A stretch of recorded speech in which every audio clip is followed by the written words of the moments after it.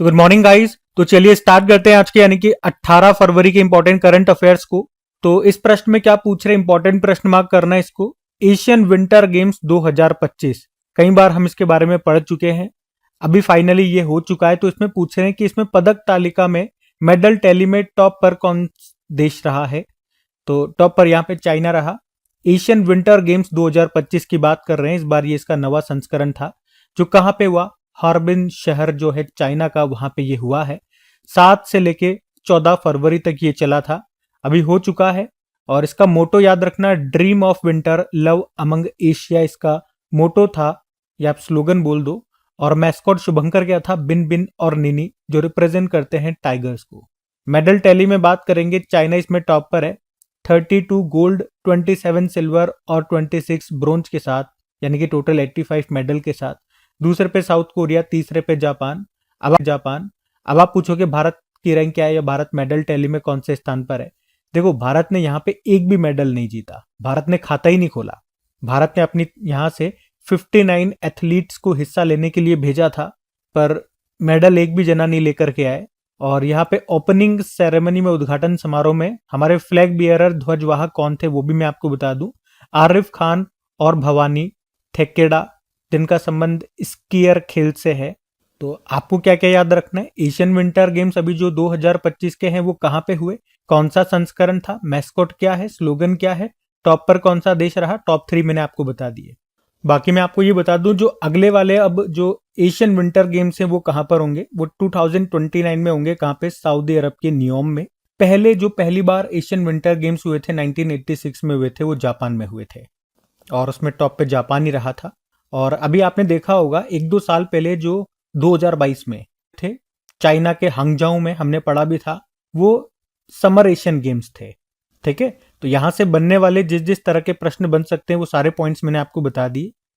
फिर अगले में पूछ रहे हैं, अभी हाल ही में वैश्विक पर्यटन लचीलापन दिवस ये कब मनाया गया, तो आंसर होगा 17 फरवरी को।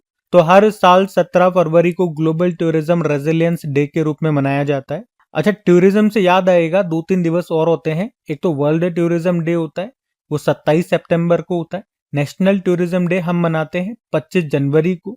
एक वर्ल्ड टूरिज्म ऑर्गेनाइजेशन का हेडक्वार्टर याद रखना, मैड्रिड स्पेन में आपको मिलेगा। एक इंडेक्स भी होता है, travel and tourism development index 2024 वाला जो था, उसमें भारत की रैंक 39 थी, टॉप पर अमेरिका था। इसको वर्ल्ड इकोनॉमिक फोरम जारी करता है। तो टूरिज्म से ही ये 3-4 तरह के प्रश्न आपके तैयार हो जाते हैं। और आज जो हमने पढ़ा वो है वैश्विक पर्यटन लचीलापन दिवस, इंग्लिश में बोलोगे तो ग्लोबल टूरिज्म रेजिलियंस डे। ये 17 फरवरी को मनाते हैं, ये भी आप ध्यान रखना। फिर अगले में पूछ रहे, अभी हाल ही में 8वां हिंद महासागर सम्मेलन का आयोजन ये कहां पर हुआ, तो आंसर होगा मस्कट में। यहाँ पे हम बात कर रहे हैं हिंद महासागर सम्मेलन की, इंडियन ओशन कॉन्फ्रेंस 2025 की। इस बार ये इसका 8वां संस्करण था, अभी 16 और 17 फरवरी को हुआ, ओमान की कैपिटल मस्कट में। तो भारत फाउंडेशन ने ओमान के विदेश मंत्रालय के सहयोग से इसका आयोजन किया।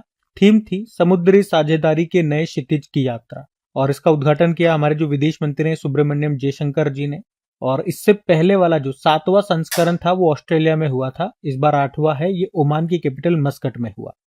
फिर अगले में पूछ रहे हैं कि एक पर्यावरण थिंक टैंक है जर्मन वॉच, और इसने भी जलवायु जोखिम सूचकांक 2025 को जारी किया। इसमें भारत कौन से स्थान पर है ये पूछ रहे हैं, तो आंसर होगा इसका तो 6ठे स्थान पर।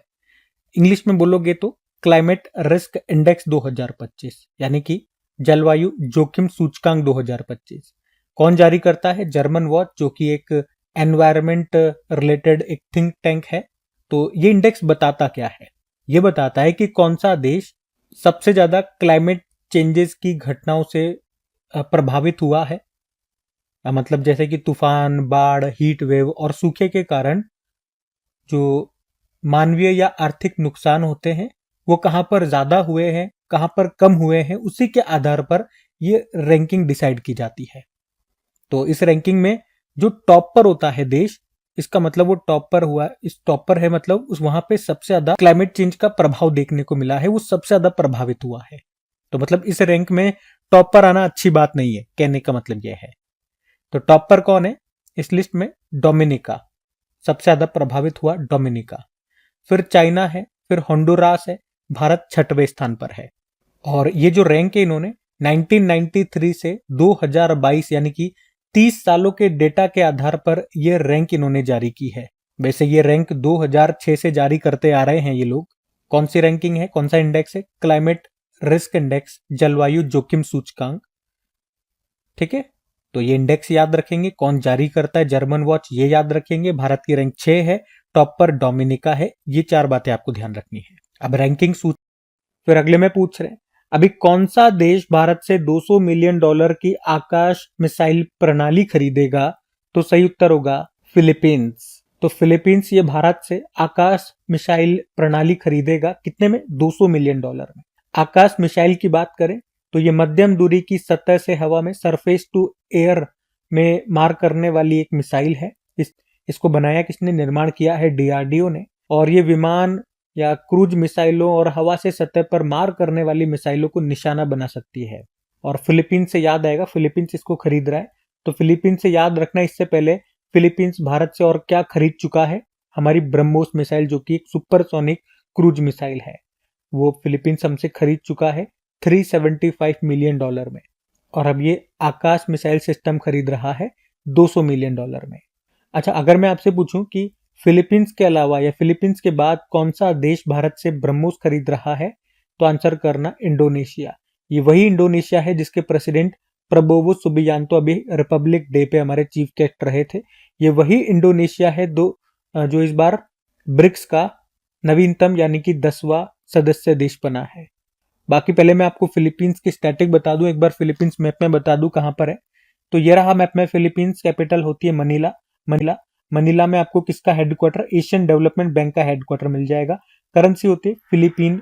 फिर अगले में पूछ रहे हैं कि 2025 स्पोर्ट स्टार एसेस अवार्ड्स में अभी किसने स्पोर्ट्समैन ऑफ द ईयर का पुरस्कार जीता? तो सही उत्तर होगा स्वप्निल कुसाले। एक्चुअली में अभी 14 फरवरी 2025 को मुंबई के ताजमहल पैलेस में अभी 2025 स्पोर्ट स्टार एक्सेस अवार्ड्स की अभी घोषणा की गई। तो इसमें किस किस को कौन सा अवार्ड मिला, जो इंपॉर्टेंट है वो तो मैं आपको यहां बता देता हूं। देखो, sport star of the year male category में चुना गया पीआर श्रीजेश को, जो हॉकी प्लेयर है, संन्यास ले लिया वैसे तो। Sport star of the year female चुना गया मनु भाकर को, जो शूटर है। Sports women of the year भी मनु भाकर को चुना गया। Sports man of the year Swapnil Kusale, यही प्रश्न में पूछा था, जो शूटर है। इसके अलावा national team of the year, ये हमारी जो भारतीय पुरुष और महिला जो शतरंज टीम है उसको चुना गया। अभी आपको याद भी होगा 45वां चेस ओलंपियाड इन दोनों ने जीता था, पुरुष में भी और महिला टीम ने भी।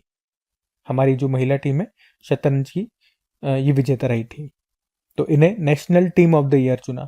उसके अलावा खेलों को बढ़ावा देने के लिए सर्वश्रेष्ठ राज्य के रूप में मध्य प्रदेश को चुना। Coach of the year Jaspal Rana, जो शूटर है। गेम चेंजर का अवार्ड मिला था जयशाह को, जो कि आईसीसी के चेयरमैन है। अच्छा, ये तो कुछ 8-9 ही मैंने आपको यहाँ पे अवार्ड्स बनाए हैं जो मुझे इंपॉर्टेंट लगे। इसके अलावा पूरी लिस्ट में आपके सामने रख रहा हूँ, एक बार पूरी लिस्ट आप रीड जरूर कर लेना, ताकि कौन कौन सी कैटेगरी और किसे अवार्ड मिला ये आप देख लोगे।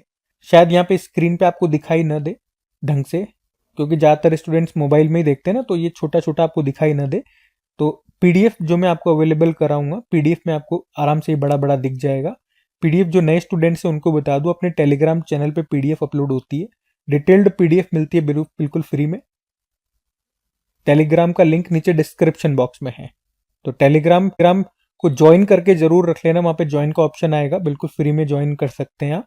उससे क्या होगा, जो भी अपडेट होता है, चाहे वीडियो अपलोड होने का हो, क्विज आने का हो, सॉरी क्विज तो अपनी क्रिक एग्जाम एप्लीकेशन पे आती है, यहाँ पे पीडीएफ आपको मिल जाती है। तो जो भी चीजें अपलोड होती है उसका नोटिफिकेशन आपको मिल जाएगा। बाकी सेशन अच्छा लगे तो प्लीज वीडियोस को लाइक जरूर कर देना, नहीं करा होगा भी आप लोगों ने तो। और इसे सपोर्ट जरूर कीजिएगा दोस्तों के साथ में, स्टडी ग्रुप में एक बार शेयर करके, अगर सेशन पसंद आए तो, मेहनत अच्छी लगे तो। चलो फिर हम अगले प्रश्न की ओर बढ़ते हैं।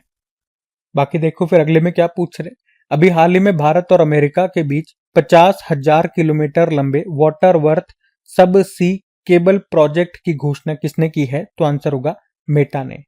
प्रोजेक्ट का नाम है वाटर वर्थ। कौन शुरू करेगा? मेटा। मेटा क्या, जो फेसबुक, व्हाट्सएप या इंस्टाग्राम की जो पेरेंट कंपनी है वो मेटा, मार्क जकरबर्ग की कंपनी।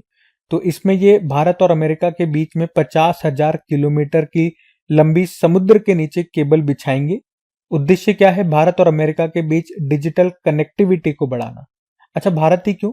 आपको पता है, मेटा के जो भी प्लेटफॉर्म्स हैं, जैसे कि हमने कहा फेसबुक हो गया, इंस्टाग्राम हो गया, व्हाट्सएप हो गया, इन पर भारत में सबसे ज्यादा यूजर्स हैं, 100 करोड़ से भी ज्यादा है। और अब तो हाई स्पीड इंटरनेट गांव और कस्बों में भी पहुंच रहा है। तो मेटा इन सभी को अपने यूजर्स के रूप में देख रहा है, इसीलिए। और जब ये प्रोजेक्ट पूरा हो जाएगा तो इससे दुनिया के 5 महाद्वीप जुड़े होंगे और ये दुनिया का सबसे लंबा समुद्री केबल प्रोजेक्ट होगा। 5 कौन कौन से? North America, south America, Africa, Asia और ऑस्ट्रेलिया। अच्छा, इसी तरह से केबल बिछाने की बात है तो आपको याद आ रहा होगा, अभी शायद दिसंबर में हम लोगों ने पढ़ा था कि रिलायंस जियो ये 2 अंडर सी केबल बिछाएगा। एक का नाम होगा IAX यानी कि इंडियन एशिया एक्सप्रेस, और एक है IEX इंडिया यूरोप एक्सप्रेस। जो IAX है वो चेन्नई से एशिया को जोड़ेगा और जो IEX है वो मुंबई को यूरोप से जोड़ेगा। ये कुछ दिन पहले हमने पढ़ा था, आपको याद आ रहा होगा, तो उसको भी ध्यान में रखना। अगला प्रश्न देखते हैं। फिर अगले में पूछ रहे हैं कि ब्लूमबर्ग की वर्ष 2025 की एशिया के सबसे धनी परिवारों की सूची में टॉपर कौन है? तो आंसर होगा अंबानी परिवार। तो अभी ब्लूमबर्ग ने 2025 के एशिया के सबसे अमीर परिवारों की रैंकिंग जारी की है। इसमें मुकेश अंबानी और उनका जो परिवार है वो इस लिस्ट में टॉप पर है। इसमें टॉप 20 में 6 भारतीय परिवारों को शामिल किया है। वो 6 परिवार पहले मैं आपको बताऊं तो अंबानी फैमिली सबसे टॉप पर है, मिस्त्री फैमिली ये चौथे स्थान पर है, जिंदल फैमिली 7वें पे है, बिरला फैमिली जो कि आदित्य बिरला ग्रुप की है 9वें स्थान पे, बजाज फैमिली 13वें पे और हिंदुजा ग्रुप 18वें पे है। वैसे पूरी लिस्ट में टॉप 3 अगर मैं फैमिलीज की बात करूं तो पहले पे तो हमने देखा अंबानी फैमिली है, दूसरे पे चेरावेनॉन्स फैमिली है थाईलैंड की, तीसरे पे हार्टून्स फैमिली है इंडोनेशिया की। यहाँ पे हम बात कर रहे हैं ब्लूमबर्ग के अनुसार 2025 की एशिया के सबसे धनी परिवार हैं ये, धन कुबेर आप कह सकते हो। ठीक है, अगला प्रश्न देखते हैं। फिर अगले में पूछ रहे हैं अभी हाल ही में चौथा नो मनी फॉर टेरर सम्मेलन कहां पे हुआ? तो ये हुआ म्यूनिक में। म्यूनिक कहां पर है? जर्मनी में। तो याद रखेंगे म्यूनिक जर्मनी में अभी चौथा नो मनी फॉर टेरर नाम से एक सम्मेलन हुआ। नाम से ही समझ में आ रहा है सम्मेलन का उद्देश्य है आतंकवाद की फंडिंग को रोकना, और इसमें भारत को रिप्रेजेंट किया हमारे जो केंद्रीय गृह राज्य मंत्री हैं नित्यानंद राय ने। इस बार ये का चौथा संस्करण था इस सम्मेलन का। इसका पहला संस्करण 2018 में पेरिस में हुआ था, दूसरा संस्करण 2019 में मेलबर्न ऑस्ट्रेलिया में, तीसरा सम्मेलन 2022 में हुआ था भारत में नई दिल्ली में, और अभी ये चौथा 2025 में हुआ म्यूनिक जर्मनी में। जर्मनी की करेंसी है यूरो। जर्मनी के प्रेसिडेंट कौन है? फ्रैंक वॉल्टर स्टाइनमायर है। अब वैसे सम्मेलन वाला प्रश्न था तो आज ही मैंने आपको 2025 के सारे इंपॉर्टेंट सम्मेलन रिवाइज करवा दिए हैं। ठीक है, तो अभी हम अगले प्रश्न की ओर बढ़ते हैं। फिर अगले में पूछ रहे हैं अभी हाल ही में दिवंगत विमला बहुगुणा का संबंध किस आंदोलन से था? इनका निधन हो गया अभी, तो आंसर होगा चिपको आंदोलन। तो विमला बहुगुणा वे प्रसिद्ध सामाजिक कार्यकर्ता और पर्यावरणविद सुंदरलाल बहुगुणा की वाइफ थी। सुंदरलाल बहुगुणा के बारे में आप सभी ने सुना होगा, तो ये उनकी वाइफ थी विमला बहुगुणा, और अभी 93 वर्ष की उम्र में इनका निधन हो गया। इन्होंने 1973 में उत्तराखंड में चमोली जिले में चिपको आंदोलन में जो पेड़ों के संरक्षण के लिए हुआ था उसमें अपने पति का साथ दिया था। और इतना ही नहीं, उन्होंने 1953 और 1955 के बीच बिहार में भूदान आंदोलन में भी महत्वपूर्ण भूमिका निभाई थी, जिसका उद्देश्य था भूमि मालिकों को स्वेच्छा से अपने जमीन का एक हिस्सा भूमिहीन लोगों को देने के लिए राजी करना। इसके अलावा 1990 के दशक में ही टिहरी बांध, जो कि सबसे ऊंचा बांध है हमारा, टिहरी बांध आंदोलन में भाग लेने के लिए हजारों महिलाओं को प्रेरित किया था इन्होंने, जिसे नर्मदा बचाओ आंदोलन के रूप में भी जाना जाता है। तो इनका नाम काफी न्यूज में रहा। सामाजिक कार्यकर्ता थी विमला बहुगुणा, इनका भी निधन हो गया। अच्छा, अगर मैं आपसे पूछूं कि अभी मैंने बोला नर्मदा बचाओ आंदोलन, अगर पूछूं इसको किसने शुरू किया था, तो याद रखना मेघा पाटेकर ने। और भारत में भूदान आंदोलन किसने शुरू किया था? विनोबा भावे ने। तो पहला प्रश्न पूछा विश्व पेंगोलिन दिवस कब मनाते हैं? 15 फरवरी को। फिर पूछा भारत रंग महोत्सव 2025 का आयोजन कहां हुआ? नई दिल्ली में। फिर पूछा चर्चा में रहा इन विट्रो गैमेटोजेनेसिस का संबंध किससे है? नई प्रजनन तकनीक से। महिला प्रीमियर लीग का तीसरा सीजन कहां शुरू हुआ? वडोदरा में। और स्वीडिश रक्षा कंपनी साब ने electronics warfare laser warning system 310 के लिए भी किसके साथ समझौता किया? Hindustan aeronautical limited. Einstein ring की खोज की है अभी यूरोपियन स्पेस एजेंसी ने। चर्चा में रहा बेल विवाह कहाँ होता है? नेपाल। लोकसभा ने कितनी भाषाओं को ट्रांसलेशन सेवाओं में शामिल किया? 6। Dubai global best M governance award 2025 में भारतीय छात्रों ने कौन सा पदक जीता? कांस्य पदक। और आखिरी प्रश्न था, प्रधानमंत्री नरेंद्र मोदी ने फ्रांस के राष्ट्रपति इमैनुअल मैक्रोन को डोकरा कलाकृतियों का उपहार दिया। इस कला का संबंध किससे है? छत्तीसगढ़। चलो कल का भी होमवर्क प्रश्न देख लेते हैं और सेशन एंड करते हैं। और कल आपसे क्या पूछा था कि डीआरडीओ ने भीषण ठंड में तैनात सैनिकों के लिए नई यूनिफॉर्म लॉन्च की, नाम क्या है? हिम कवच आंसर होगा। आप सभी ने प्रश्न का बिल्कुल सही उत्तर दिया। ये आज का आपका होमवर्क प्रश्न।